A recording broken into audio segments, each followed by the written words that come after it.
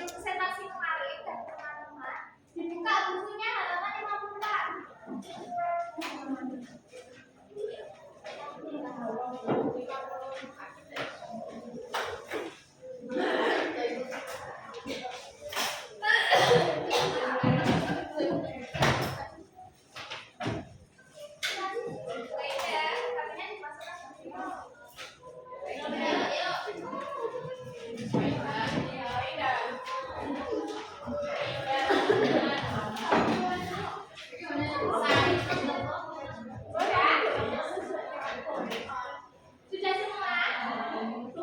Yang pertama ada pengertian tugas, tabligh dan dakwah. Ini ada yang tahu pengertian dari tugas apa?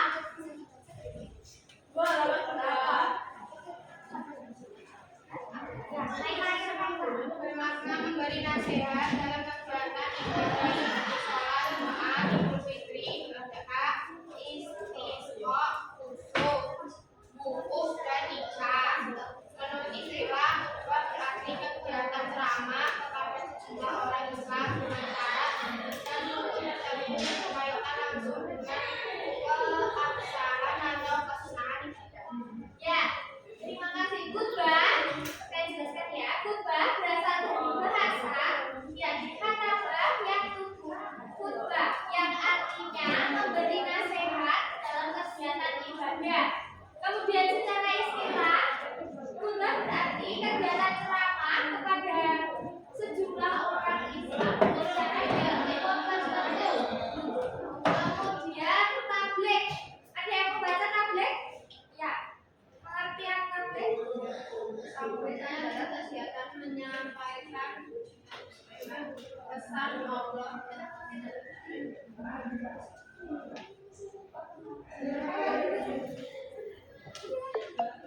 Secara lisan kepada satu orang Islam atau lebih untuk diketahui dan diamalkan isinya. Misalnya berdoa yang memerintahkan kepada sahabat yang datang maksudnya menyampaikan suatu ayat kepada sahabat yang tidak hadir.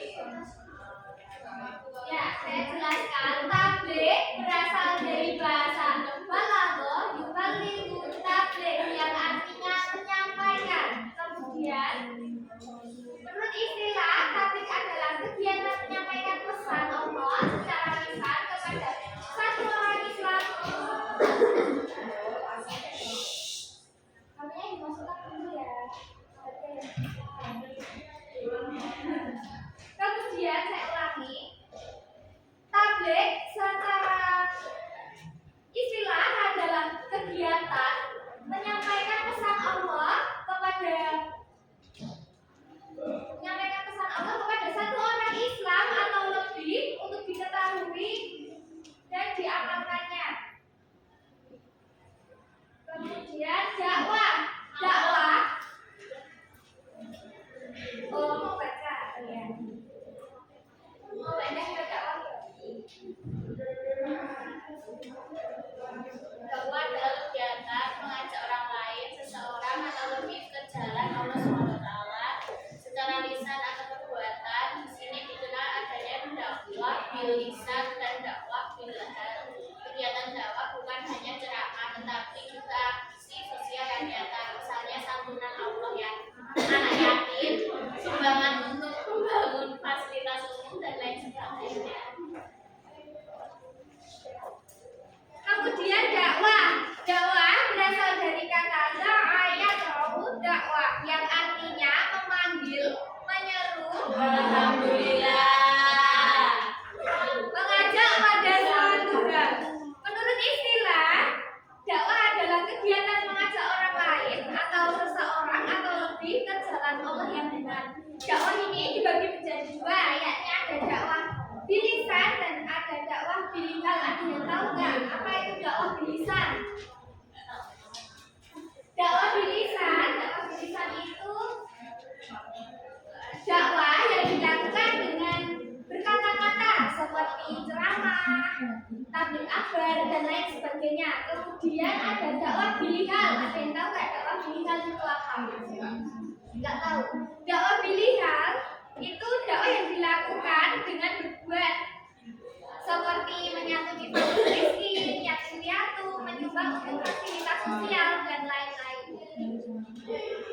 Kemudian poin yang B, pentingnya khutbah, tabligh dan dakwah. Ada yang tahu nggak kenapa? Yang pertama itu kan pentingnya khutbah. Ada yang tahu nggak kenapa khutbah itu penting?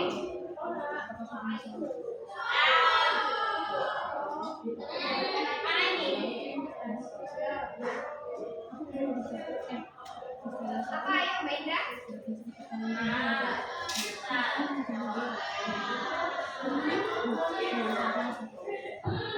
Mana yo?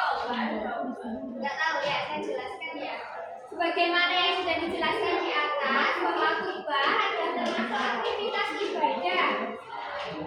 Oleh karena itu, khutbah tidak bisa ditinggalkan karena akan membatalkan rangkaian aktivitas ibadah. Contohnya, apabila kita sholat Jumat nggak ada khutbah, berarti kan itu kan sholat Jumatnya nggak sah. Kemudian ada lagi wukuf di Arafah, apabila tidak menggunakan khutbah, maka wukufnya tidak sah. Oke.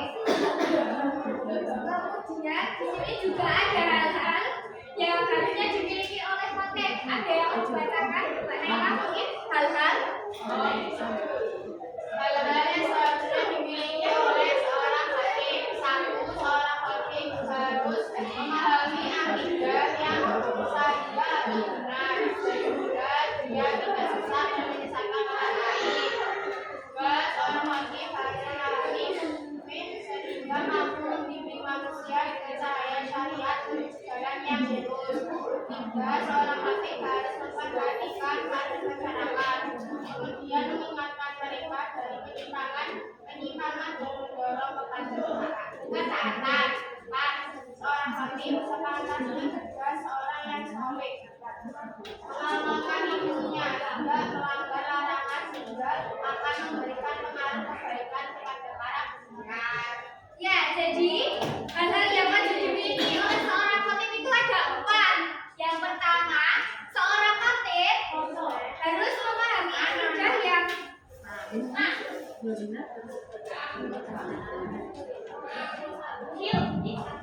seorang khotib harus memahami akidah yang sahih atau yang benar. Kemudian seorang khotib harus memahami fikih. Kemudian seorang khotib juga harus memperhatikan keadaan masyarakat serta seorang khotib sepantasnya juga seorang yang soleh.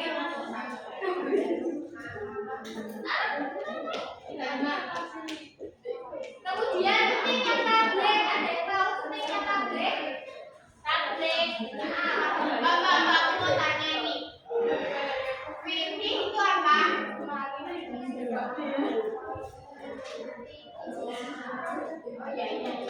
Apa? Fikih.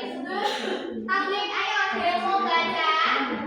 Pentingnya tabligh, kenapa tabligh itu penting?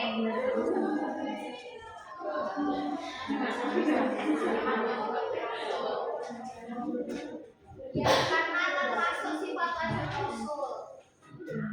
Kemudian pentingnya dakwah.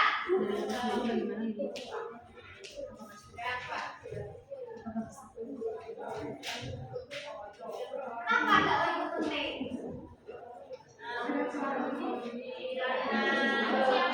Mengajarkan seorang muslim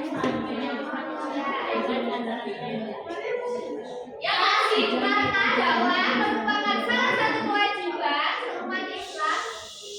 Sebagaimana ada di sini ada beberapa ulama yang menyebutkan bahwa dakwah itu ada hukumnya yang fardu kifayah, kemudian ada juga yang fardu ain. Kemudian ketentuan khutbah, tabligh dan dakwah. Yang pertama ketentuan khutbah, terdapat syarat khotib. Syarat kedua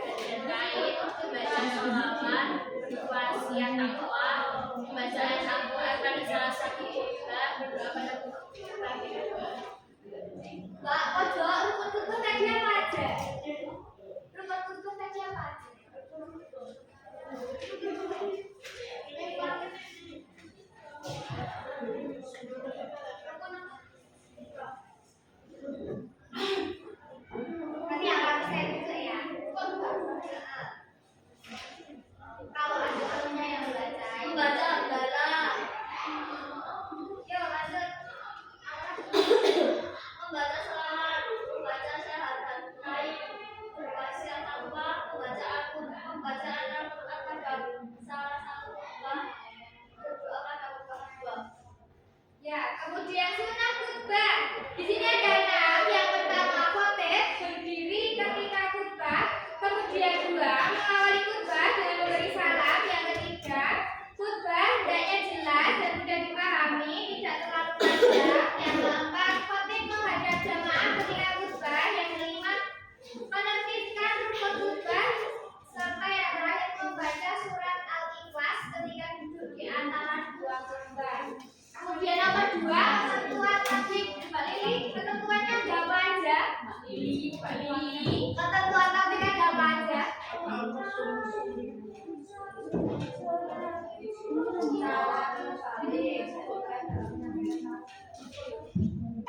Ketentuannya berupa aja.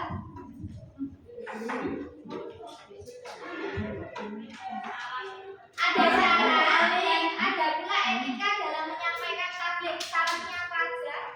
Islam, balik, berakal, salami, ajaran Islam. Kemudian etikanya? Bersikap lemah lembut, tidak kasar dan tidak merusak, menggunakan bahasa yang tidak dimengerti, mengutamakan musyawarah dan berdiskusi untuk memperoleh keputusan bersama. Materi dakwah yang disampaikan harus mempunyai dasar hukum yang kuat dan jelasnya. Disampaikan dengan bahasa sabar, tidak mengatur orang lain untuk berkejujuran, merusak, berselisih dan mencari kesalahan orang lain. Ya, kemudian nomor 3 ketentuan dakwah. Di sini ada syarat dai, kemudian ada etika dalam berdakwah. Syarat dai yang pertama Islam, kedua balik, 3 berakal, dan 3 mendalami ajaran Islam. Kemudian etika berdakwah bisa dibacakan Mbak Ana. Dakwah adalah dilaksanakan dengan hikmah, yaitu ucapan jelas, kewajiban yang bijaksana. Dakwah dilakukan dengan bersama nasihat baik, cara besok, tanpa kekerasan, edukasi memberikan masalah